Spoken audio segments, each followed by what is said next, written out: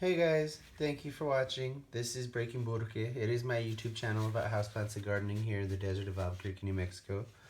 My name is Albert, and in today's video, I wanted to do a bit of an update. The Philodendron Mamei that wasn't putting out the leaves properly, you can see they're all tattered. Even the new one right there. That I chopped up. I figured I would get more plants since it looks ugly anyway. Might as well start from scratch. We're just going to pull these out and go one by one. You can see this one, the leaf has already withered away on it. But look at those roots on the bottom. With tons of roots coming out. And here on the top, between the petiole of the leaf, the stalk of the leaf, and the chunk right here, that is going to be our new growth point. So we will sooner than later have a new plant out of this. I left the leaf because it is using the leaf to hang onto the side of the vessel here and keeping it from falling in and rotting. So though it's not pretty, it does serve a purpose, and I'm just going to leave it out so I don't pull out the same one again. This one here has to be the best looking cutting. Some nice long roots. Those are at least an inch, inch and a half. And there's 3 of them. And then if we look here on the inside,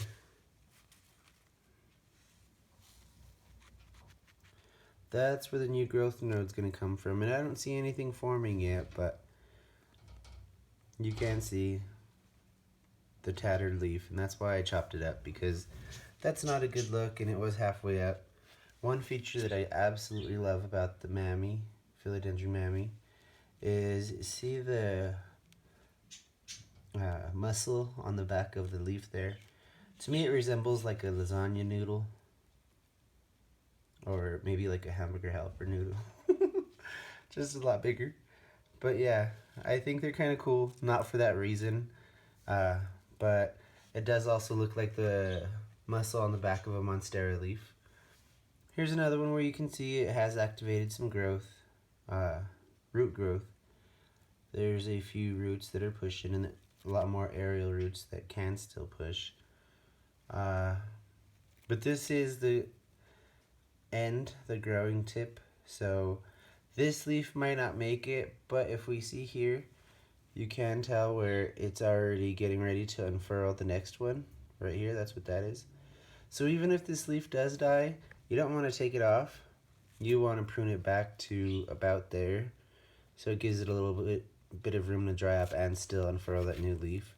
If you don't, this will die back down to here, which is fine. There is a node there, but it will take longer to activate that node. So you do want to be cautious and mindful if your leaves unfurl like this, that you want to keep this stalk as long as possible. Here's another one. This leaf wasn't too bad, but it does have a little bit of a blackened tip there. And like I said, I know it wasn't a huge plant to begin with, so it's not like I was getting rid of huge growth. And right here you can see there already is the bud formed right there, and it's going to send out a leaf pretty soon. There are 2 nice water roots when, let's see, here and here, and a third coming out here. You see that little pink spot? And there are plenty more aerial roots around there for it to come from. So this should be taken off. Once they start pushing some roots, they really don't slow down or stop at all. Here's another one with a leaf that didn't make it, but like I said, the leaf is serving a purpose. It's hanging up this propagation from sitting in the water completely. And you can see there's 3 roots from 1/4 inch to about 1 inch long. And again with this one, there are more nodes on the back, or aerial roots that can produce roots. So there is still potential for this to put out more roots and grow quicker. So I am going to try and keep these in water as long as I can till I get a first leaf. I usually like to do a first leaf, or depending on what it is, some plants, when they have inch-long roots, I'll plant them. What I really like to do, if I absolutely can, is wait till the roots start branching out. Once you get secondary roots coming off of this main one, that's when I like to plant them, because then it has a decent root system and usually can sustain itself. You could plant something like this. It will take a shock a little bit harder. That's the main reason I like to wait. I do also like watching the roots in these vessels and being able to see the progress, like that node there that you wouldn't see if this was planted.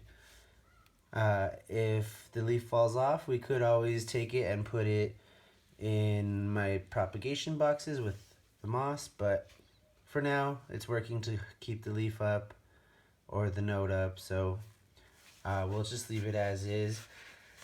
We do have at least 5 plants here, and the mother stem is still green. I didn't show that because there's really nothing new to look at. So I hope you like this video. If you do, please hit the like button. If you're not subscribed, please do that. I do giveaways and propagation updates on my channel all the time, and I do answer questions. So if you're doing something in the field of plants that I either have or that you see I propagate tons, and I could always try and answer some questions or even get some answers for you from other people. I do a little bit of networking here on YouTube, so I have gotten some help from other YouTubers on issues I've had for myself. But thank you